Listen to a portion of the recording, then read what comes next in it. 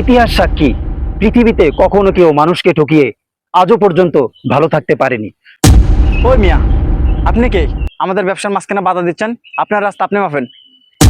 এরকম একটা সহজ সরল মানুষকে তোমরা ঠকাচ্ছ। মনে রাখিস, আমাদের দালালি আজকে জমজমাট হইব।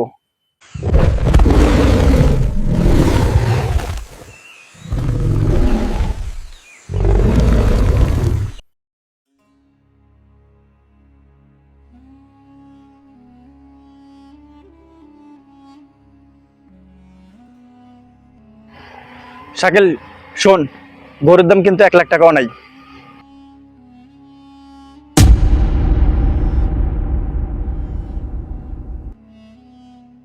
তুই গরুর দাম কবি 2,20,000। তুই যখন বেশি দাম দিবি তখন কাস্টমার মনে করবো গরু অনেক ভালো। কাস্টমার তখন গরু হাতছাড়া করতে চাইবো না।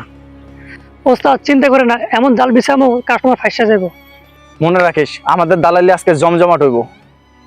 কোনোভাবেই ভুল করা যাবে না। আচ্ছা ওস্তাদ, ঠিক আছে।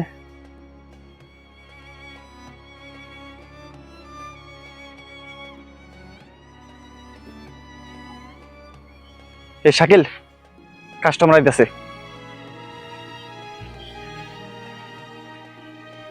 ভাই এই গরুটার দাম কত বলতেছেন? ভাই দাম মাত্র 2.5 লাখ। ভাই একবারে তাজা গরু, কোনো ওষুধ খাওয়াই নাই, কোনো ইঞ্জেকশন মারে নেই, দেশি তাজা গরু। 2.5 লাখ ভাই, আমার তো এত বাজেট নাই। ওই মিয়া, বাজেট না থাকলে বাজার আছেন কেন? ভাই আমার বাজেট তো কম, 1.5 লাখ রাখা যায় না? ভাই আমার মার চিকিৎসার পর কোরবানির জন্য এই কয়টা টাকায় জমাইছি। আপনার বাসা কি হয়েছে না হয়েছে ওগুলো তো আমার আইসা বলার কোনো লাভ নাই। আমি গরু বেচতে আইছি, গরুর কথা কন। ওই মিয়া, হুদায় সময় নষ্ট করেন। ভাই গরুটা তো অনেক সুন্দর লাগছে, গরুটা আমি নিবো। গরুটা আমি 2,20,000 দিব। এলেন ভাই, অ্যাডভান্স 10,000 টাকা।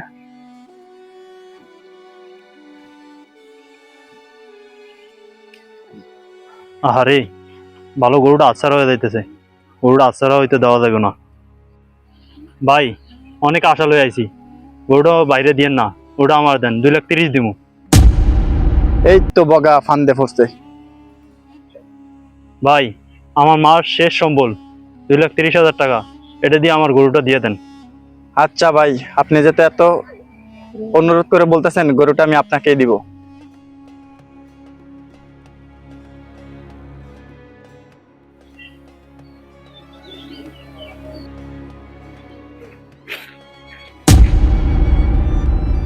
ওই মিয়া, আপনি কে?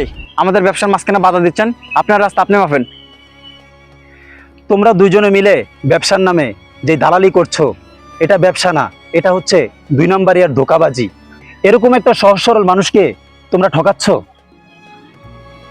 এই মিয়া, বেশি হাদিস মারেন না। আমরা এত কষ্ট কইরা কাস্টমার ফটাইয়া লাভ করতেছি, এতে হারামের কি আছে?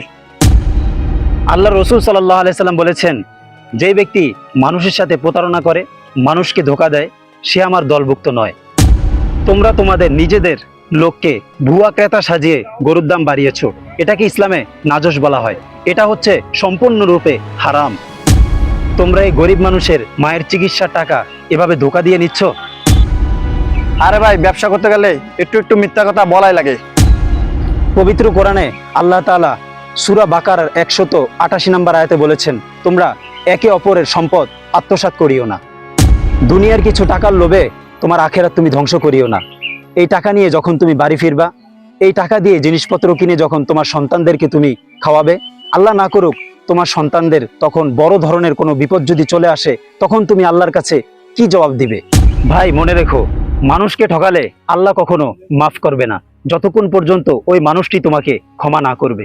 ইতিহাস সাক্ষী, পৃথিবীতে কখনো কেউ মানুষকে ঠকিয়ে আজও পর্যন্ত ভালো থাকতে পারেনি। ভাই আজকে আপনি আমারে অনেক বড় বিপদের থেকে বাঁচাইছেন।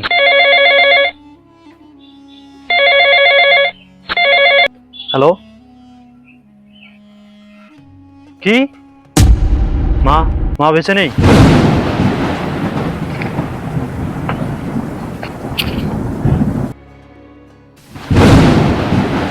মা, আমি টাকা নিয়ে কোরবানির গরু কিনতে এসেছিলাম, কিন্তু শেষ সময় তোমার মুখটা দেখতে পারলাম না।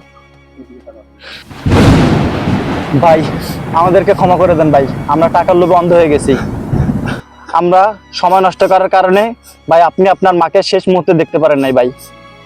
ভাই আপনি আমাদের মাফ করে দেন ভাই। ইব্রাহিম ভাই, আজকে আপনি আমাদের চোখ খুলে দিলেন। আজকে থেকে আমরা আর দালালি করব না, 2 নম্বরে করব না, প্রতারণা করব না। আপনাকে আমরা কথা দিলাম।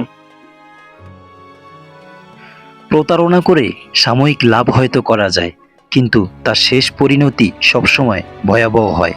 আসুন আমরা সিন্ডিকেট, দালালি আর ধোঁকাবাজি মুক্ত সমাজ গড়ি।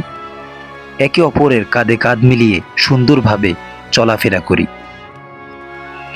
2 নাম্বারি আর দালালি কয়দিনের এই খেলা, হিসাব তোমার মিলবে ভাই রে, ফুরিয়ে গেলে বেলা। মানুষকে যে ঠকায় ভাই, সে তো মানুষ নয়, লোভের খনিতে লুকিয়ে থাকে শুধু নিজেরই ক্ষয়। হ্যাঁ, শুধু নিজেরই ক্ষয়।